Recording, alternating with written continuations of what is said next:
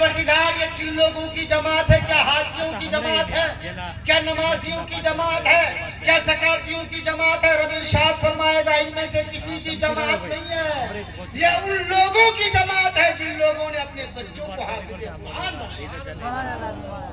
غور کرنے کا مطلب وہ خود حافظ قرآن نہیں ہے، اس نے قرآن کو یاد نہیں کیا، اپنے بچوں کو حافظ قرآن بنایا، تو قیامت کے میدان میں پروردگار عالم اسے وہ اعزاز عطا فرمائے گا، وہ مقام عطا فرمائے گا کہ سارے اہل محشر کے مابین ان کے سر پر تاج زرین تک جگمگا دے گا۔ جب حافظ قرآن کی ماں اور باپ کا یہ مقام ہوگا تو قربان جاؤ حافظ کا مقام کیا؟ ارے یہ تو حافظ ہی کا وسیلہ ہے کہ اس کے ماں کے سر پہ تاج پہنایا جا رہا ہے، یہ حافظ ہی کا وسیلہ اور ذریعہ ہے کہ اس کے باپ کے سر پہ تاج سجایا جا رہا ہے، تو حافظ کا مقام کتنا ہے؟ پھر شروع میں نے ایک شعر کہا جس کے رتبے ہیں سیوا، ان کو سیوا مشکل ہے، جس کا مقام جتنا بلند ہوتا ہے اس کا کام بھی اتنا بلند ہونا چاہیے۔ اب حافظ کو سوچنا چاہیے کہ اس کو کیسا کردار اپنا، وہ حافظ قرآن جس نے قرآن کو یاد کیا اور قرآن کو یاد کرنے کے بعد اس پر عمل بھی کیا۔ ایک روایت میں آیا پروردگار عالم کل میدان قیامت میں اسے اپنی بارگاہ میں بلائے گا، سبحان اللہ، رب حافظ قرآن کو اپنی بارگاہ میں بلائے گا اور بلانے کے بعد ارشاد فرمائے گا اقرا، اے حافظ قرآن پڑھ۔ اللہ اکبر، قربان جاؤ کیا سما ہوگی؟ رب کی بارگاہ میں حافظ قرآن ہے اور رب ارشاد فرماتا حافظ قرآن سے، اے حافظ قرآن قرآن پڑھ، اور پھر ارشاد فرمائے گا اوپر چڑھ۔ وہ حافظ قرآن بارگاہ الہی میں قرآن کے ایک ایک آیت کی تلاوت کرتا جائے گا اور ایک ایک درجہ رب سے اونچا کرتا جائے گا۔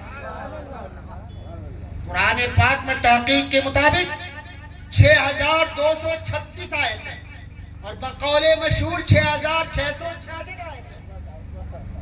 کیا مطلب ہوا؟ حافظ قرآن کر بارگاہ الہی میں جب قرآن پڑھے گا اور رب یہ بھی ارشاد فرمائے گا ورتل یعلمون تعلمون مت کرنا۔ رمضان میں مسجد میں کھڑا ہو کر کے لوگوں کی نماز میں خراب کرنا۔ رب ارشاد فرمائے گا قیامت کے میدان ورتل، اے حافظ قرآن قرآن پڑھو اور ترتیل کے ساتھ پڑھو۔ وہ قرآن کی ایک ایک آیت پڑھتا جائے گا، اس کا درجہ اونچا ہوتا جائے گا۔ قرآن میں 6236 آیتیں ہیں۔ وہ حافظ قرآن کل میدان قیامت میں رب کی بارگاہ میں قرآن کی آیتیں پڑھتے پڑھتے پڑھتے پڑھتے 6236 درجوں کی بلندی حاصل۔ یہ کون حافظ قرآن ہوگا؟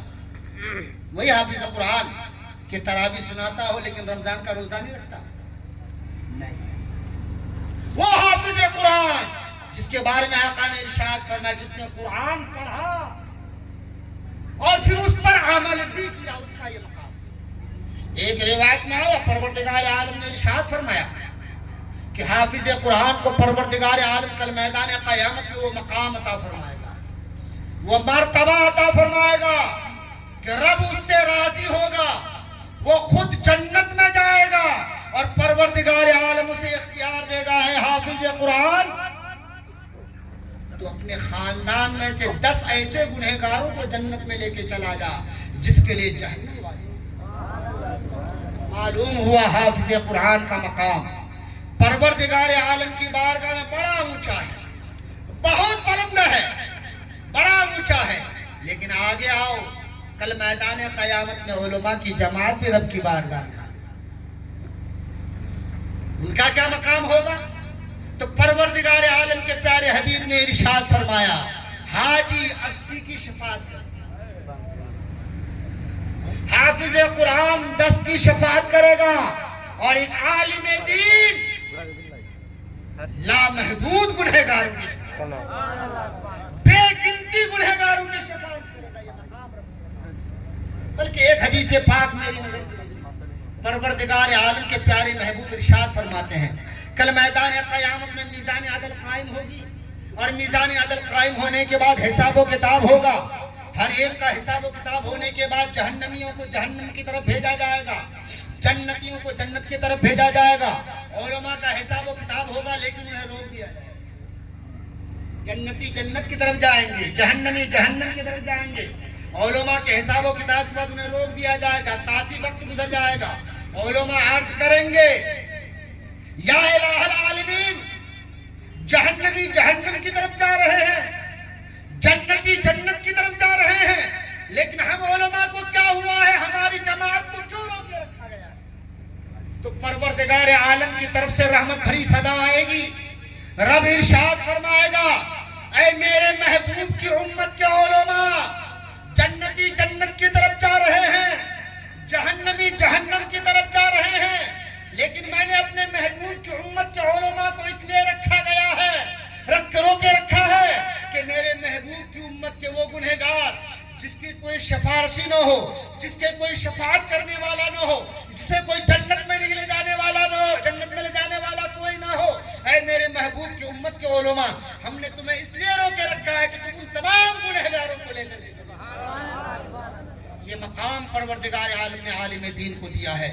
میرے معزز دوستو، علم اللہ تبارک و تعالیٰ کی بہت بڑی دولت، بہت عظیم نعمت، حافظ قرآن یہ بھی ہماری آنکھوں اور سروں پہ بیٹھانے کے لائق ہیں، اور عالم دین یہ بھی ہماری آنکھوں اور سروں پہ بیٹھانے کے لائق ہیں۔